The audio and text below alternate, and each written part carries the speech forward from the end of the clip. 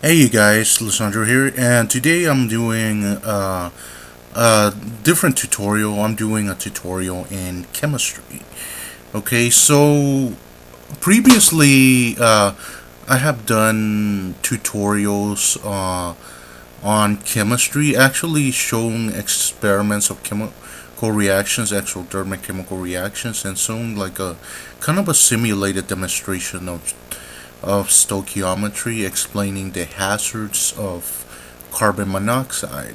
I know I did a little mistake on the video and all, but I put annotations to kind of correct it and all.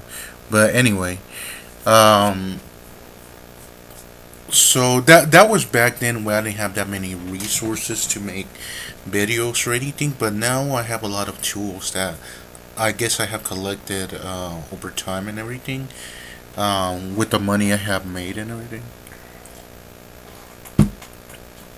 So basically, what we're gonna, like I said, what we're gonna be covering is stoichiometry, and of course, this is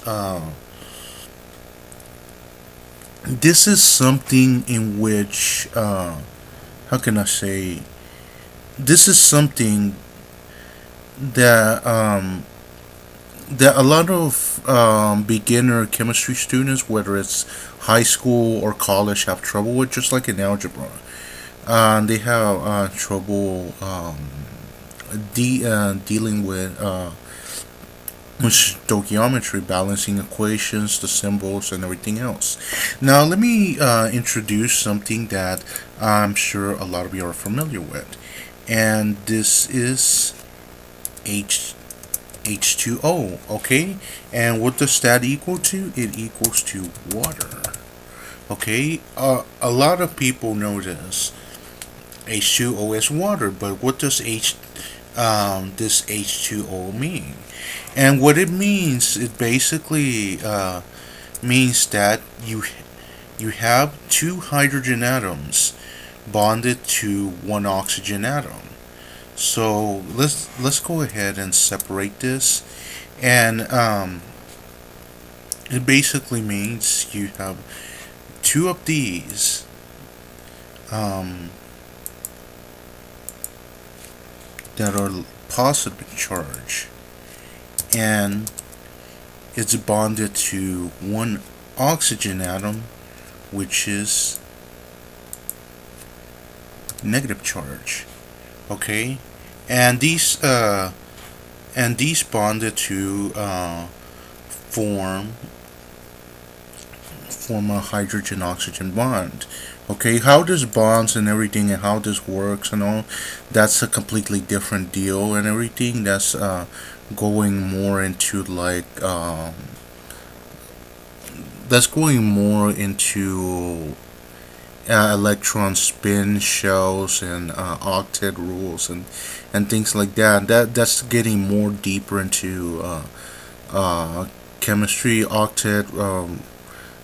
Octet rule. That's something you apply like you apply it a lot in organic chemistry. But anyway, so basically, let's throw in something. Let's throw in something. So let's say you want to mix mix oxygen with water. Okay, so or better yet, let's throw in a little something more interesting. So Drano, you know the drain cleaner that you buy when your drain pipes have been clogged and everything. That's what they call lye. Okay, which is the same as sodium hydroxide.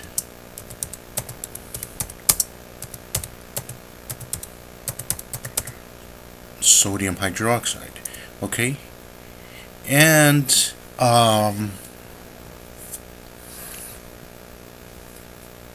you let's say you have that, and let's say you mix it with mm, let's say you mix it with hydrochloric acid. which is HCl. Okay, now I want to clarify something. HCl and HCl itself, like the gas itself, they're two different things. What makes hydrochloric acid is an aqueous solution. Okay, an aqueous solution. HCl, the aqueous solution. But even then, you still deal with the hydrogen chloride particles. But anyway, so let's say you decide to blend HCl and sodium hydroxide. Okay, OH. So the thing is, what's the reaction here? What exactly is the reaction here? Okay, and you have, when you deal with this, you have to deal with the individual atoms. So what do you see here? You see a hydrogen atom, a chlorine atom. Okay, that's in the hydrochloric part, and you see a sodium atom and a hydroxide radical. Okay, so this is essentially the same as if I were to put, let's say, H, which is positive charge, okay, plus Cl, which is negative charge. Hold on, give me a sec. Plus Na, which is also another positive charge. Okay. And finally, you end up with the hydroxide radical. And the reason why I call it a radical rather than an atom is because OH are two atoms stuck together. It's an oxygen and a hydrogen. And the result of these two being bonded, it's ends up being a negative charge. Okay. Okay, now that being the case, okay, what do you get out of this? Okay, and you already know that um, hydrogen and chlorine were initially bonded. Okay, and you already know that sodium and the hydroxide radical were bonded. So what ends up happening, these end up switching. So your hydrogen plus your hydroxide, that ends up equaling something we all know, which is water.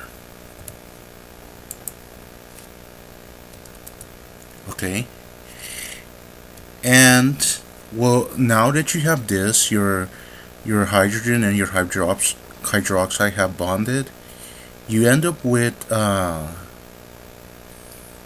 your chlorine atom and your sodium atom, which ends up making NaCl,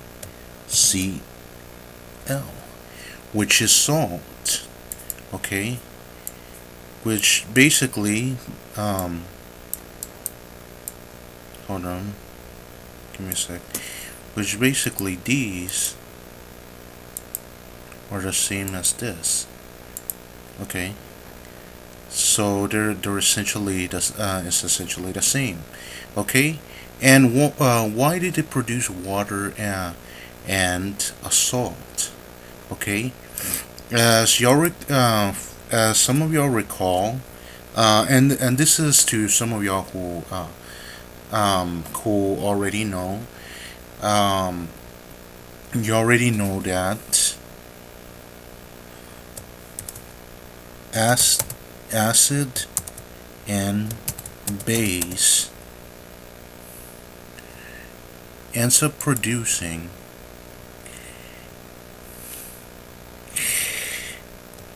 water and salt. Okay. Any acid in combination with a base will produce a water and a salt. So hydrochloric acid plus sodium hydroxide produces water and sodium chloride, which is your basic table salt. Okay, so hydrochloric acid, your base is your sodium hydroxide, and your end result is H2O, which is water, plus table salt. Now, there are some other reactions that kind of get a little bit more complicated that involve a little bit more to it. Right here, that these automatically react and produce water and sodium chloride. But there are some that when you introduce energy, uh, it produces the chemical reaction. There are others that have reversible chemical reactions. That means that if that means that if you react to chemicals, they'll react a certain way, and it'll give you a certain product. And they're reversible because of the application of energy. And then there are some that are completely irreversible. That once they react, you can't reverse them. That you have to pretty much go through different process just to get your initial chemicals. But anyway, guys, this is all for now. Thank you guys for watching. Please like and subscribe, and I'll catch you guys next time. Bye.